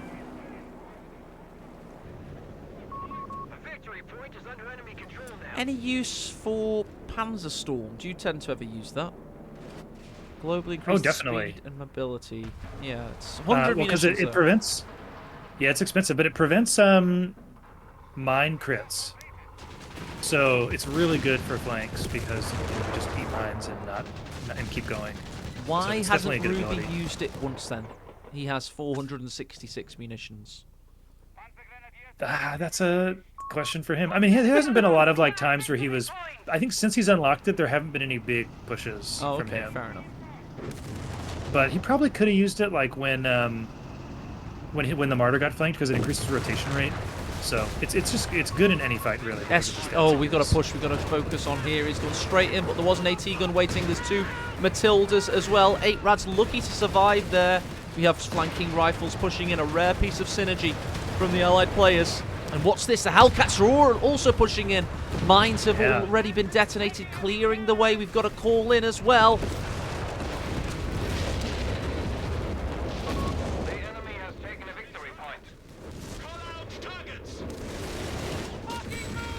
Yeah, could have used the Panzerstorm there actually, you know, to guarantee he escaped. But looks like I think he's just banking for the loiter again. A bit chase been rebuilt, has it? Okay. You can hear it firing somewhere. Has it? Yeah. Or is that the... I think on the AT, it's firing on the 6-pounder that's just been decrewed. Yeah, but where... it's here. I see it now. There we go. I'm blind as a bat, apparently. I used echolocation to find that, Abiche. Fun fact for you there. Hulk needs to creep this defensive line, I think, a little further forward if he wants to hold this VP. He's sort of, you know, he's guarding their resources on the left, but he's not cut a VP, which is, you know, the name of the game here. Yeah. They've done well on the VPs, but they've let their opponents back in here. I think there's some questionable strategic decisions, Axis. And they weren't able to fully take advantage of what could have been a decisive game-winning push. Yeah, they had a massively... The game should not look like this right now. It's definitely the case that... I mean, I think Jesulin and Elpern both played really well to stay in it, but it's also, you know, somewhat, you know, the Axis letting them get back in it. Yeah, I have to agree. Well, they're certainly not out of it, though, are they? They've just let their opponents back in and they have to finish them off yet again. That's the conundrum and predicament they find themselves in. They've got plenty of VPs, but it's just now that, you know, Jesulin's got to the bombing run and supply drop unlocked, so... If he continues to remember to use the supply drop off cooldown, you know, we'll start to see the carpets come down. And very Martyr and weapon team reliant AT for the Axis means the bombing runs are going to do a lot. What is the cooldown on the Stuka Loiter? Probably not much, right? Well, he's going to have 3 of them I want to soon. say. Oh, okay. Well, we're going to have 3 in the next 15 minutes then. Hellcats look to try and kill the 8 Rad through the smoke, the fog, but they can't make it happen. And here comes said Loiters. There you go. And the Maud is in position to possibly pick off some Hellcats. Bitche's already also firing. Oh, there's the Stuka. Banking. Couldn't get a kill, though. Not going to get a kill, yeah. It doesn't really get kills anymore unless you're actively hitting stuff ahead of time Oh, okay. or during it. And the martyrs are just not fast enough to get in to get shots off. But it still gave them the space. I mean, I think still an effective loiter because they've now got mid and bot VP, so still a win. That's the air burst twice yet again. Mr. Pern. He has 5. He could get a perimeter monitor if he wanted. Yeah, has he got much immunity? No, 86. no, because he's been using the airburst so much, he doesn't feel like he needs anything else from this commander, or battle group, or doctrine, whatever you want to call it. We're losing a munitions point to enemy action. Man, all of a sudden, that one loiter and now Axis suddenly. Yeah, that's what I was trying to point out. out. If he was saving for loiters like we kind of suspected when he wasn't using any Panzerstorm, there's the breathing space they're giving themselves. And it was punishing because they've nearly got a triple cap. They're on the way to getting one anyway. Yeah, and one engineer, by the time he repairs all 3 of the tanks that need it, the loiter will be back up again probably. Very excited for this feature. I think it's due a good volley because they've now pushed and squished their opponents into a cul-de-sac. So it's time for the Abiche to come alive. There it is. Here you go. Oof, on the bridge. Yep, on the bridge. Looks like it's gonna get killed now, though. Oh, okay. Well, Abiche the It second. had its fun. Yeah, recon. Oh, look how many planes spawn. It really is pretty. I'm going to show it again. It's fun. We'll be right on top of it now, guys. Sorry. I'm sure there's pretty scary to be in the middle of a bombing run, I know. Anyway, back into reality. The Hellcats have pushed in. They weren't able to kill this verbal Wind. We've also had a push in from... That's right, the Flammenpanzer 3 is still alive. We should talk about how Elpern actually went Grants, and there's 2 of them now on the field. What? So that's pretty. Oh, here we some go. new thing. These aren't Matildas, these are Grunts. I was calling them Matildas. They're I good, am- man. I think against the A-Rads, because like both cannons will penetrate, it's like it's a really good choice. And the Martyrs too, they can penetrate. Oh, dude, he's we- trying to relive the intro credits. This is awesome.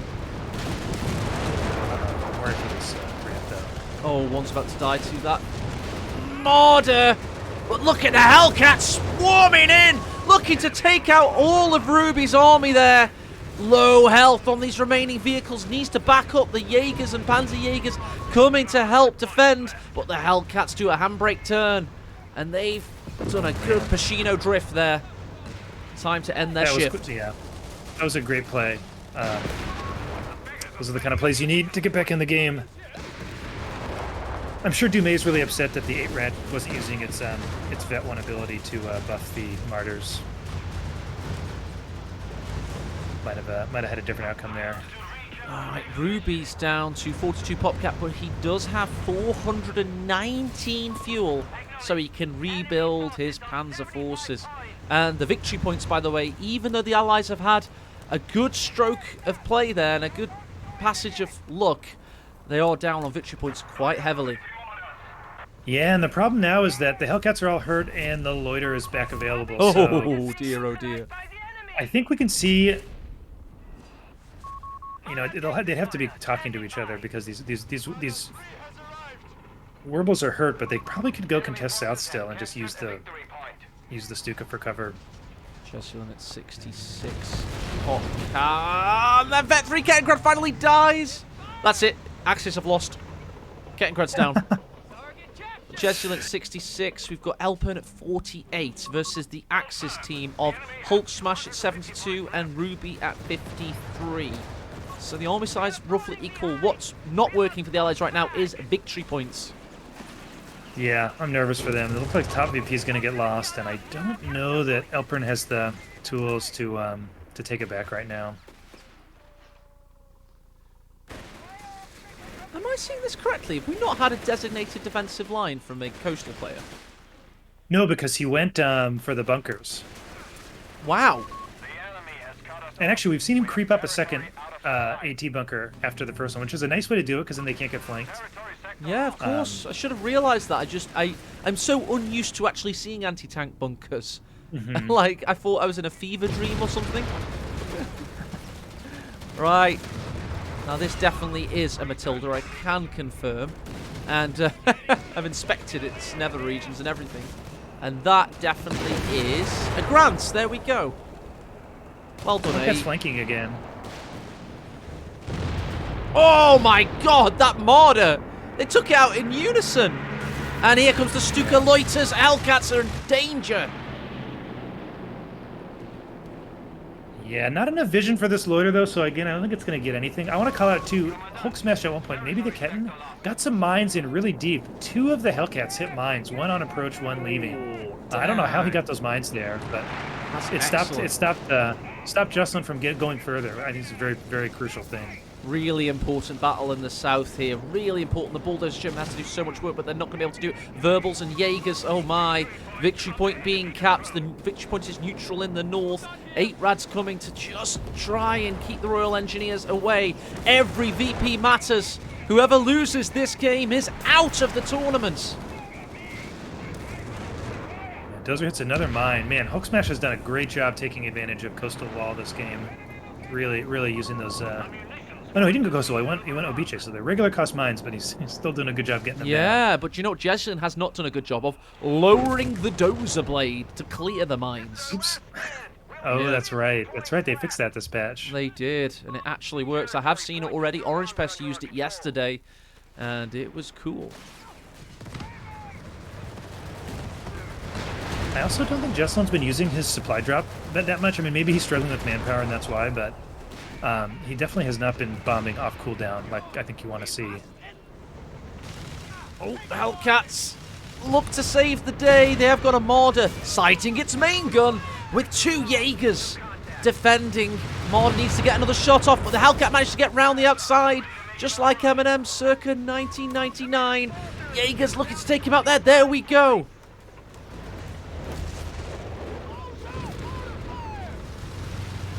Yeah, too little too late, I think, here. Oh. Like, getting some good kills, but I don't know that they'll be able to get this mid-VP. Ooh, well, they did. And they got the North VP. They stall the bleed at 15, but oh my, look at that Axis contingent in the center. They have to go in with everything they've got right now before it's too late. Everything has to push, push, push. But I think they'll just lose, sadly for them. Yeah. We're seeing what happens when you don't have enough infantry. You know, a lot of Jesulin's infantry went down. Elpern never had that much in his build to begin with, and it makes it really hard in the late game. Like, if you're only building vehicles and the Stuka Loader comes out, you just are off the field, you know, for a minute. And it's really hard to push without vetted rifles. He never was able to get the bars. Yeah, it just makes it really hard. Right, Jesulin's going to go for this southern victory point. He has to. They've not gone for the center. That's wise. They've used reconnaissance. They've hit a mine, by the way, but it looks like they're going to continue on regardless. They make it to the southern victory point at 6. I believe you can just about cap with 6. I don't know if it's 6 or 7. It's going to be really close, though. Oh, man. Oh, it's going to be so close. Let's look at that wheel. He's at 3. He's at 2. He's at 1! He's at 1 and he stops the bleed! Can they contest? Can they keep alive? There we go. We've got the Vet 3 Matilda trying to defend in the north. We've got a battle for center. It's all heating up. It's all going off, Daniel. The Vet 3 Grant doing work up there. Hopefully, but he needs to get out of the way of the AT bunker. I don't know if he's noticed it's there. Well, they've got to do something. R.I.P. Yeah, rest in peace, because this is going to end. As exciting as that 1 VP cap was, it looks like it's about to be over unless they can do something right now. But where's the infantry follow-up? Where's anything coming to the central victory point to contest right now? In the south, we've got Verbal and Coastals. It's over. Yeah, man. Really good fight from them. I thought it was over 10 minutes in, but Elpern and Jesulin clawed back in, and they did a very nice job of staying in it. You know, I think most teams would have just gave up hope and yeah, probably lost at that point. But a couple of moments they almost clawed it back. I think AT Bunker's quiet hero of that game, like holding the flank there. The quiet, silent sentry. Definitely, I have to give a big shout out to Hulksmash for going slightly off meta with Coastals there. I know that will leave a sour taste in people's stomachs, but he actually did. It's crazy to think that's what he did, but that is what happened. Every player in that game played well. Like there were Absolutely. misplays at times, but they all played really well, especially with the comeback potential. And it was a major upset there. Axis winning on Pacino, the first Axis team game win of the tournament. So GG, Yeah. well played to them. GG. Wow, Hulksmash, 40k damage dealt, 20k damage taken. That is quite the ratio. Oh yeah, I was calling him out as like I don't know. I thought Ruby was the star player, but Hulksmash played out of his skin there. And Yeah. I'm gonna find Hulksmash's old 2v2 guide. Keep speaking, please. They both played. Both teams played great. I think Hulksmash and Ruby both played well. I think Ruby kind of carried the early game, and then I think Hulk's decision making late game with like mines and bunkers kind of carried them through the late game. I think their team play is what won them the game because I think Jesulin and Elpern both microed really well, and they had like good individual plays, and Jesulin had some flanks, but it was still pretty much two 1v1, two separate games for them. Yeah. More, whereas I think Ruby and Hulksmash did a lot more. Cool. Maybe they were on voice, and Jesulin and Elpern weren't. It looked like they were much more coordinated, and I think that was the difference maker there. Although I will also say, in Jesulin and Elpern's defense, I think that's the worst side of the map. You have height advantage on the left fuel coming from north, and there's no equivalent coming from the right fuel in the south. So I also like the approach to the VP a little better from the north. So I think they had the worst side of the map, but the team play I think carried Hulksmash and Ruby. Yeah, I think the army value graph is broken, so I'm just going to go to points held, show that Hulksmash was able to close the game out. And we're just going to celebrate Hulksmash here, because I bigged him up when he tried to come back into the Master League 1v1 tournaments a couple of years ago. And I never really got my juicy bonus for bigging him up. I never really got, like, some players I think are good and I'm not proven right. So I'm always kind of, if I get a chance to, like, make out that I'm always right, I'll always take it. You know that. Everyone knows that, surely. So I will now point out, like, when I was getting into the competitive... My name is Mika. What the hell's that? I will show this. This is Hulksmash's 2v2 guide from CoH3. This is how much effort he put into strategically understanding 2 versus 2. So, this is him back in the day. This is how good the community used to be, by the way, guys. We used to have guides of this quality. So I don't know what the hell happened to that. But, yeah. Yeah. I think I might have collected replays for this guide. I was an editor on Game Replays for a while. And I remember there being a 2v2 US guide. Yeah, this might be the one I'm thinking of. Yeah, this was a piece of art, this guide. It was absolutely awesome. It just goes on forever. On now, it's 39 pages. Okay, a lot of it's images, admittedly. But now that, my friends, is somebody that takes playing 2 versus 2 very, very seriously. So, I think you should all go check it out. You should all acknowledge, finally, Hulksmash has a big tournament win. It may have taken 13 years of waiting, but it's finally arrived, so GG. I think he may have had some 1v1 success in CoH3 in the later tournaments. The ones that came around, like 2015-16. I can't remember. Maybe got to a semi-final. But there you go. This is on a slightly bigger stage, I would say. So GG, well played, Hulksmash. Great win there, mate. And GG, well played to Ruby as well. I always tout Ruby, by the way. It's, when we get the xenophobia, people saying all the Chinese are hackers, they're all bad guys, they all leave within 5 minutes. Like, the only Chinese player I've personally interacted with is Ruby. He's always been a gentleman. He's showed up on time. He's been a fantastic sportsman. He's played really well. He's been really polite. And I'm like, you can't always make out that countries are certain ways, or this kind of way of thinking is very, very, very, very stupid. And I'd always think that Ruby is a very good representative of China. So well played to Ruby.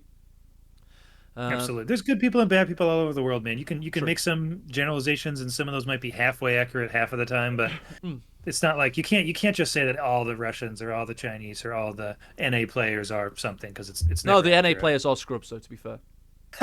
No, I'm joking. But, hey, wait! We've got an NA player in the Final Four here. Now that's to see the right, results. NA. Yeah. You finally got a player. That's right. Finally, only took 10 years. There we go. Got Zulu, Smoko. Hey, I think Zulu would be is easily a top 4 guy. He just is in underwater right now and so can't play. Is he in a submarine? Is that true?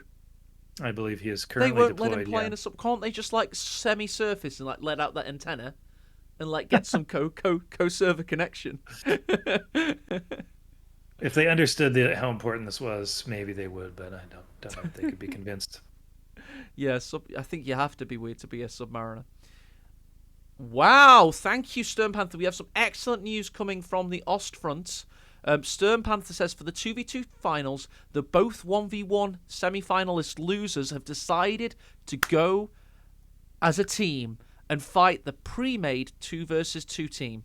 So we're going to have the team of Ruby. I'll just show the brackets. It's way easier to show what the hell I'm talking about if I show the brackets. Hang on.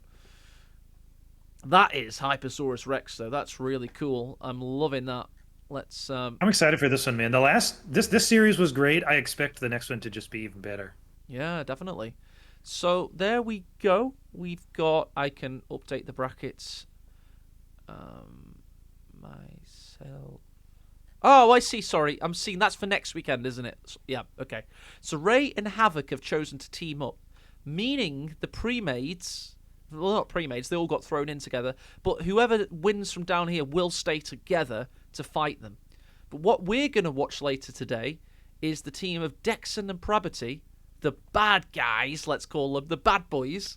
They're going to fight. They're going to face Hulksmash and Ruby in a 2v2 playoff. I presume it's either started or they're having a break. Stone Panther, I'm sure, will fill us in. But yeah, we're definitely going to need a little bit of a break ourselves. So big thanks to Daniel D. I'm going to give him. We'll talk about if we'll swap out casters or not. That will happen after, because I never like to put people on the spot. But there's his Twitch. Please go and subscribe to him. He's a lovely guy, as you can tell. Show his face off yet again. Only 240 followers right now, so if you can go and follow the crap out of his Twitch channel, I would greatly appreciate that. And also, we now know how many of you actually are listening by how much that number jumps by. So please go and follow. Yeah. Go follow. And it's not just a co-stream. It's actually a Banjo the Hound Dog stream that also has co. So if you're a dog person, that's the real reason to come hang out on the stream. is for the boy. But yeah, thanks for having me. I could, if we don't get someone else in here, I would love to keep going. Sure. We'll talk about that off stream because I don't know if there is anybody else. So we'll see. But we'll be back, guys, in probably like 5 or 10 minutes. I need a little bit of a break. I do have replays lined up for the other 2v2, so I definitely need a break. Thanks, and see you in a second.